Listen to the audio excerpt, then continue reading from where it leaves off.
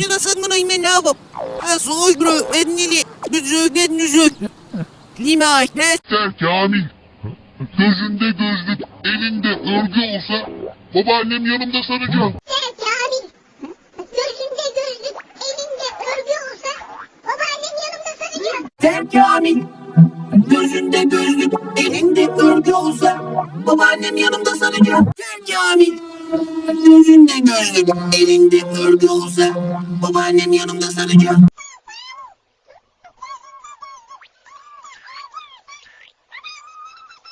Haydi nasıl bunu imenavo?